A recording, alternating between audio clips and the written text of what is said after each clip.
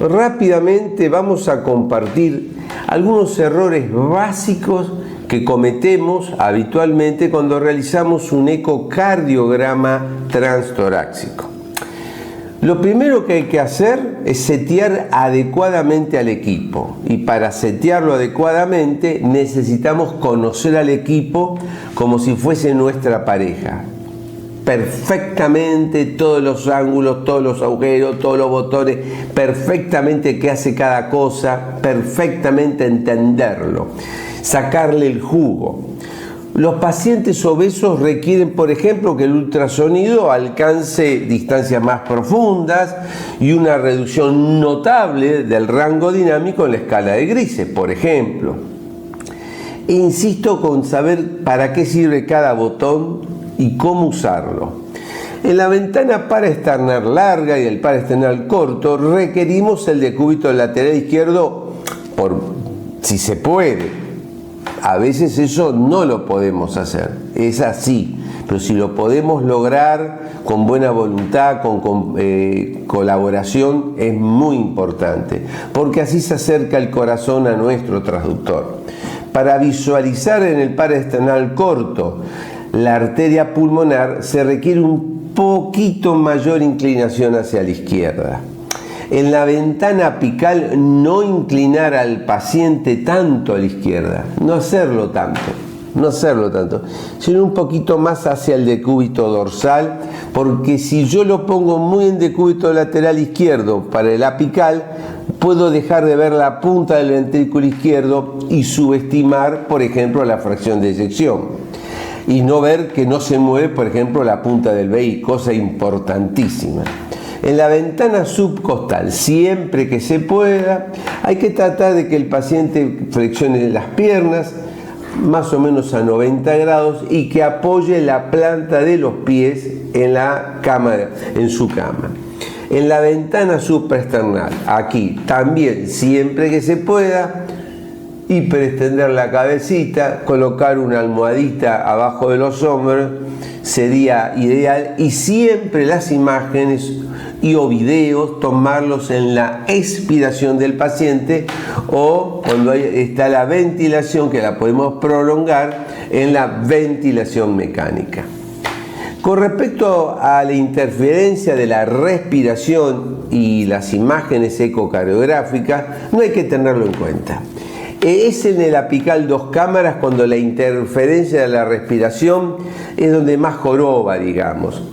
Para visualizar en este apical, que vemos la pared inferior y la pared anterior, para ver la pared inferior hay que decirle al paciente que no hable, que contenga la respiración en el momento de obtener las imágenes.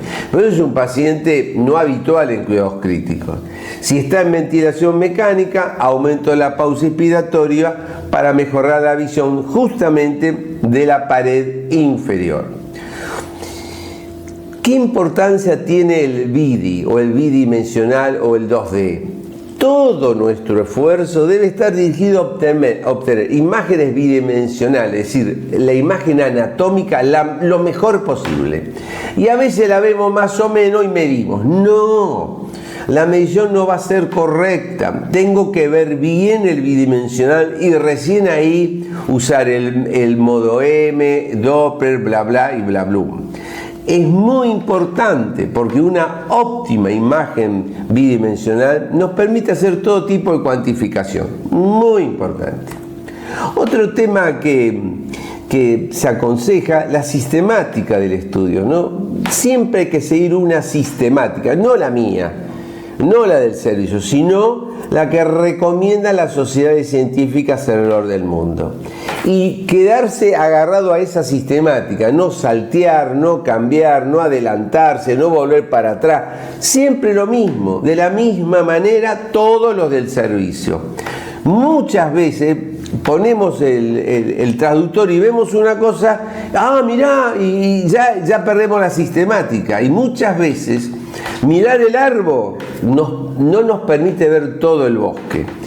a veces es necesario obtener imágenes en ventanas no convencionales, sobre todo en pacientes en que tienen decúbitos obligados, que no son los ideales. Bueno, miren, siempre se encuentran imágenes, lo que sí hay que rebuscársela. Por ejemplo, el decúbito prono. ¿Se puede hacer una apical 4, apical 5? ¿Se puede hacer? Por supuesto, por supuesto. Es importante que también tengamos en cuenta que debemos estar atentos a los potenciales hallazgos que nos propusimos buscar. Por ejemplo, yo sospecho que este paciente tiene un tromboembolismo de pulmón o tiene una miocardiopatía séptica. ¿Por qué? Porque yo tengo que ir a tratar de responder esas dudas presentadas al lado del paciente, donde lo interrogamos si pudimos, a la familia o a los colegas, y el examen físico. No es tan infrecuente que convertimos un estudio normal en anormal. Es decir, estamos hablando de patología que realmente no existe. Y para evitar esto, que ustedes creen, pero esto es infrecuente, no creo que sea tan infrecuente, hay que saber muy bien la técnica de escaneo, seguir la sistemática, colocar y manipular adecuadamente los transductores, sus características, en qué momentos se usan y en qué momentos no, entender la importancia de los ángulos, conocer muy bien la anatomía, fisiología y física de la técnica. Es interesante saber que un bidimensional incorrecto en el apical 4 cámaras me va a impedir, por ejemplo, ver el ápex del ventrículo izquierdo. Y si el paciente tenía un dolor precordial y yo no veo el ápex, voy a ver un pseudo ápex que se contrae bien y voy a descartar que ese paciente tenga un problema de cardiopatía isquémica. En cambio, si lo hago adecuadamente y veo la punta del VI como corresponde, voy a ver que el ápex no se mueve. Entonces es muy importante hacerlo bien. Y otra cosa fundamental, si yo no tengo un alineamiento correcto entre el ultrasonido y el flujo sanguíneo, la medición Doppler no va a servir, tiene que ser lo más paralela posible. No debemos así tomar al azar, a la ligera, dónde coloco el asterisco para medir. No, debe ser lo más exacto posible dónde debo colocar el asterisco. Por ejemplo, si yo voy a medir el diámetro de la aorta ascendente, tiene que ser lado interno, no más o menos. Eso así, ser obsesivos en lo que hacemos. Debemos afianzar nuestra disciplina y perseverancia en el estudio de los contenidos teóricos. Los estudios siempre deben hacerse siguiendo las sistemáticas propuestas por las sociedades científicas alrededor del mundo, es decir, la europea y la americana. Siempre hay que consultar, siempre hay que enseñar. Todo lo que uno sepa, todo lo que uno no sabe, lo que uno duda, también hay que decirlo.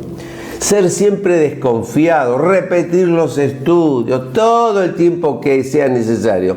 Y lo más importante, ser felices. Así que con esto los despido en el día de hoy. Esto y otros temas muy extensos veremos en nuestra próxima diplomatura de ultrasonografía multisistémica en el mes de abril, que comienza en Asunción del Paraguay, que es la tercera edición, y estamos tremendamente entusiasmados por ello. Les mando un gran abrazo y hasta muy pronto.